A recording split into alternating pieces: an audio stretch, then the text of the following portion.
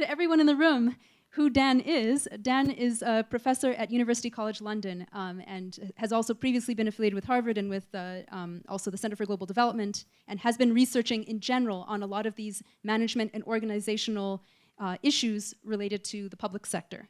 So with that, thank you so much for your presentation. If we could just actually have a round of applause first. Thank you. And now, without further ado, we'll discuss some of these questions that you've outlined. And so if you all would take the next 5-10 minutes in your groups and just reflect on this, and then we'll come back all together and discuss. So, hi Dan, hi everyone. My name is Ram Kumar. So we were discussing on the supportive and monitoring, how do we actually go, because in government, it's pretty challenging, or it's little not very, all the time very clear. What is a clear path to, take this? And there is never a single answer to this. So somewhere in mixed is somewhere, always is that you need to have a supportive environment. But more importantly, there has to be, there needs, a monitoring which is not only supportive in nature, but the monitoring which is slightly beyond supportive in nature. In fact, with me, Dr. Shakina is there. She's the District Medical Health Officers of West Khasi Hills. In fact, in the last 1 year, the district which has seen the maximum improvement from the previous years comparison, I was just showing the 4-year data, is West Khasi Hills. I asked, what do you think has made the difference? The one-word answer, if I can quote her, she said monitoring. Just regular monitoring. That's what has brought last year, 6 months, January to June 2021, there were 12 deaths, maternal deaths. This year, same period, it's only 2 maternal deaths. And similarly not only for maternal deaths as a parameter, even for the other programs which I oversee in terms of TB, RBSK, etc. They have done really, quite a few things have come up very well. Teleconsultation, for that matter, it says basically monitoring. So little confused in terms of how do we approach one. Second is that the underlying assumption of these questions. Now that's a very important thing to discuss or probably think. The underlying assumptions are two in terms of both supply side and demand side. Supply side is that we think that the HR policy is there. There is a stable, reliable HR policy so that these people stay, and unlike Thailand has a very longer tenure in terms of where they function, etc. Here it's not like that. Probably in entire India, it's I think variably it is not very stable, I guess. So that is a question, and that is an assumption we take before when we ask a question on monitoring or supportive management and etc. The stability of that, and second, the capability and the motivation levels also. Capability of the same workforce on the ground. That also is an assumption, saying that okay, everyone is ready to do. It's a system which is actually not letting someone do something. Is that an assumption? Is that a valid assumption? So that's the two underlying questions I have on the assumptions. But the team here, we are more into like the practical experience says, when these two underlying assumptions are not correct for a certain environment, maybe 30-40% of supportive and 60% of monitoring, I think I can speak for the group, or it depends on the district where, how much, on what matters also we have to give more supportive on this thing. For example, in terms of MGNREGS, it has reached a certain level of maturity. Now I don't think you can take it back from the community. There it has reached a certain level of maturity where more supportive management is probably it will be much more helpful rather than in having too much of monitoring. We'll have to see if 2 years of no monitoring and whether the performance is going to be the same or not. That's something I'm very, very eager to see what's going to happen, if it's going to happen or not. So, but we'll have to see that in that sense. So briefly, I think these points. Thank you. And before you respond, Dan, there's one more addition. So, just Shakina only. Dr. Shakina, so I see your monitoring, to me, it is supportive management. It is not monitoring. It is your monitoring is supportive management. Means you go to the field, talking to the people, and basically there is everyone is working. So there is a kind of a mission, is already there, because I have visited almost like 3-4 times during the last 1 year. What do you say about it? Right. Good afternoon, everyone. Right. So actually, it is almost like, as you say, it's our monitoring is like supportive, because like all our staffs depend on the district team. When we go there, yeah, we have given some tasks, but like they need some sort of support from us. Like support means by seeing us. Physically being there with them. Sometimes it's like that is just that also means like a support for them, so in that way maybe, and I've got a very robust team there in thing, and it's a skeletal team but robust. All of these guys are very good in their work, and they are doing all review meetings block wise. They even in our group, WhatsApp group, they've been tracking down the RVSK team, sir, and even the teleconsultation, breaking down their mobile phones, loading up their mobile phones with everyday messaging, the doctors, the supervisors groups. We've got different groups. These are like, even if sometimes we cannot go to the field physically, we monitor them right from the district level also, sir. So I see that I was telling sir also that monitoring is very important, actually more important than giving them autonomy. Yeah. I'm just saying maybe we can change our vocabulary. Yeah. Yes, sir. Yeah. I think that makes even more, pleasant for everybody. Yes. So more and more, people can come. Yeah. So Thank when you. they come from the state also, sir, from the state monitoring, we always request them to be more supportive to our staff. Yeah. Yes. Okay. Thank you, sir. That's a good. Dan, welcome to add your comments. Yeah, I'd love to. So thank you. Thanks for the engagement, and thanks for, I think, these really generative responses. So partially this presentation alone, that it's hard to kind of, too much to talk about in 25 minutes, as I suspect is probably true to every one of your sessions here. So first, I just want to kind of agree completely with the second and the third speakers.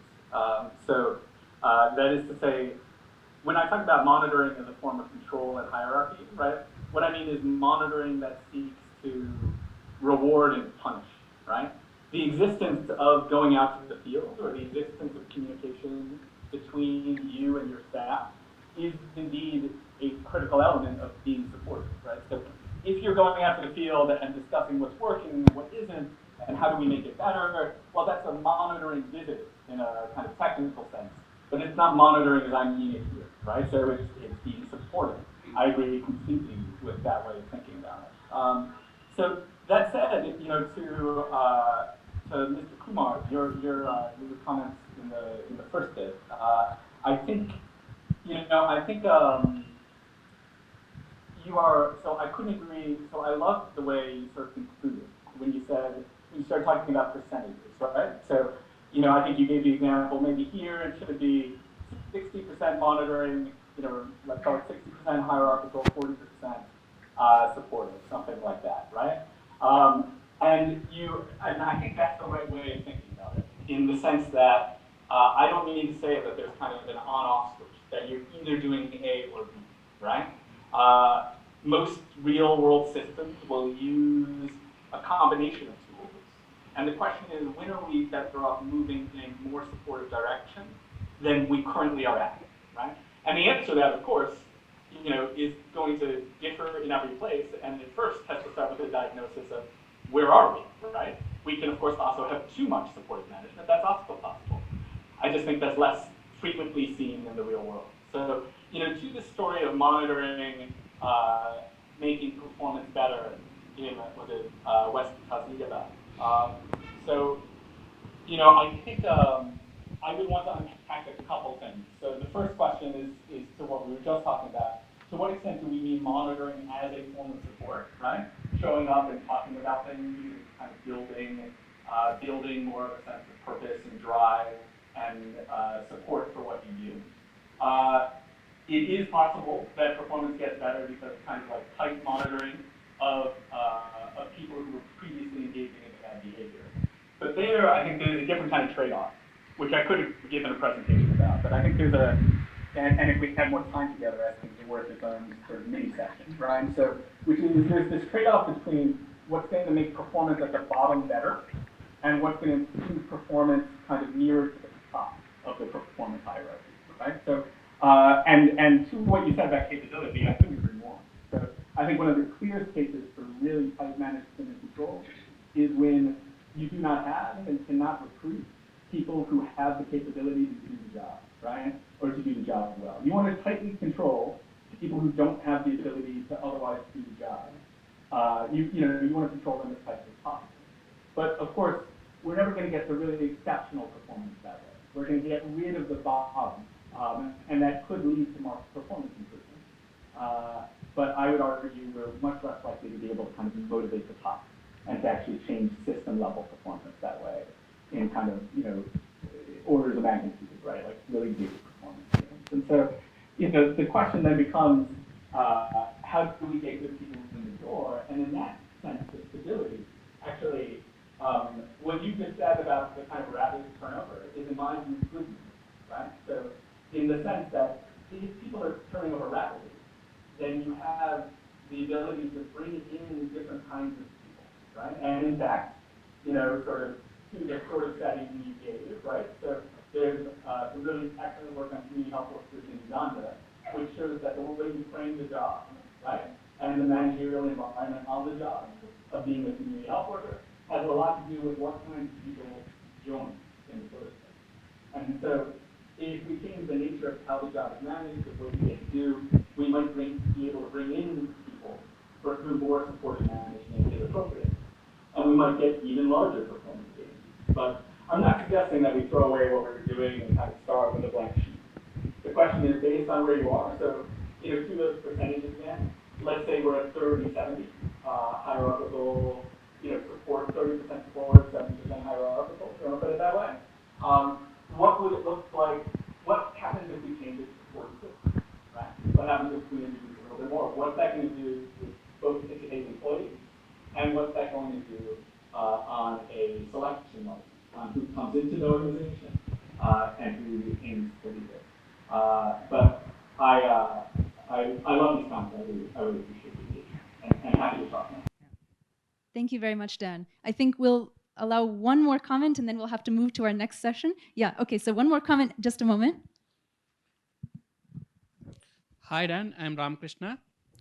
When we look at it, actually, the kind of organization also is very important. Whether it is a group that is brought together or whether it is a group that came together by itself. So whether it is hierarchical or it is autonomous, it depends a lot on the nature of the group and the nature of the organization also. For example, in an organization where an employee can pick and choose projects, maybe you can give more autonomy. Whereas in a government setting, actually at the lower level of the spectrum, they don't have any control over their appointments and postings. Today they are posted in one department and tomorrow they get transferred. And it's a whole new environment. So in such a situation, of course, they need a bit more of hand-holding, and also sometimes you don't have the control on the people, the quality of the people you are getting.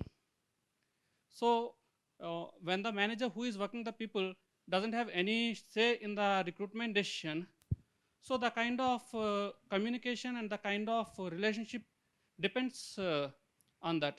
So now that is the tricky question, and it depends on a case-by-case basis, because if I get a very good person who is intrinsically motivated and who is well qualified, not only well qualified, well skilled, then maybe I may be more comfortable giving more responsibilities to him and allowing him to work. But if I am given someone where I don't have a say and asked to work with him, and that person is neither motivated nor skilled enough, then maybe I have to act a little bit strict so that I can get the person up to the speed. So it also depends on the context of the organization in which we are working and the intrinsic nature of the group, whether that came together by itself or that is brought together by an outside influence. So that's my small input. Yeah, I think it's a big input, and I think I couldn't agree more. So obviously, if you're experiencing, so if you're at the managerial level, where what you're experiencing is people are given to you, right? They're assigned to you, and you can't control who's coming in. You have no control over the kind of like hiring side, right? And of that kind of input. But I think, so I'm going to answer the same question twice, right? So first, I think socialization and how people are socialized in the handholding we're talking about on the way in is incredibly important. I think we see that everywhere. And actually, so I opened with a quote from Aaron McDonald, who I realize I know via Michael Wolcott, who I think is there with you today. So I have to thank Michael for knowing both Aaron the person and Aaron the work. I think what she's talking about, looking at Ghana and Nigeria, is precisely the environment you just described. Is teams where people come from the outside, are assigned to the team, and there's no kind of control from a managerial standpoint. And what she finds is that the stronger the team's culture, that the only person changing behavior is not the manager. That if you can establish a strong team culture, then the new person who comes in is not just exposed to you as a manager, is also exposed to the broader team. And that often empowering, treating people differently from the outset, right, can encourage them to be different people than they have been previously, right? So obviously, if someone comes to you and they're full of drive, full of passion, you want to treat them differently from the outset. But even the person who comes to you and seems, unmotivated, I guess in some sense the question is, are they unmotivated or are they demotivated? Is it the case that they could be motivated by a different kind of managerial approach? And I guess, to my second pass at this, and I promise this will just be one moment, Rebecca, I know you have to move on. In not introducing myself, the other thing I didn't say is, prior to becoming academic, and even still, what I've done is a lot of work with fragile state governments, right? So I worked in Somalia and South Sudan and East Timor, and to what your question made me think of Liberia, where I was chief of staff to the finance minister there for a few years. And when I came to Liberia, it was a ministry full of Charles Taylor appointees, right? These are people who've been appointed by an international war criminal with the specific goal of defrauding the state, right? They were about you could imagine the worst selected group of bureaucrats you could possibly come across, if not their competitors. And what we found was that over and over again, it doesn't mean we gave over the keys to the castle and said, decide for yourself how much should be paid. No one's going to worry about where the money goes. Don't worry about it. No one would say any such thing. But to your question of the employee who comes in demotivated, we found over and over again that if we had a high-performing team and we very carefully brought in people, one or two at a time, who were not so motivated, right? The motivation of the team would improve the performance of the other person. So if you set up a high-performing equilibrium, not an easy thing to do, but if and where you can do that, I think that also can change the motivation of the person coming in, even if you have no ability to select them, even if there's good reason to think that they might not have started out with the kind of mission, motivation, and drive that we all wish was true of all bureaucrats in the public sector. Let me end there. Thanks again for your time. I wish we could have a series of coffee conversations now about your lives and the workplaces you have, but we'll have to save that for another time, I suppose. And thanks so much for letting me be part of this here today. Thank you so much, Dan. Thank you.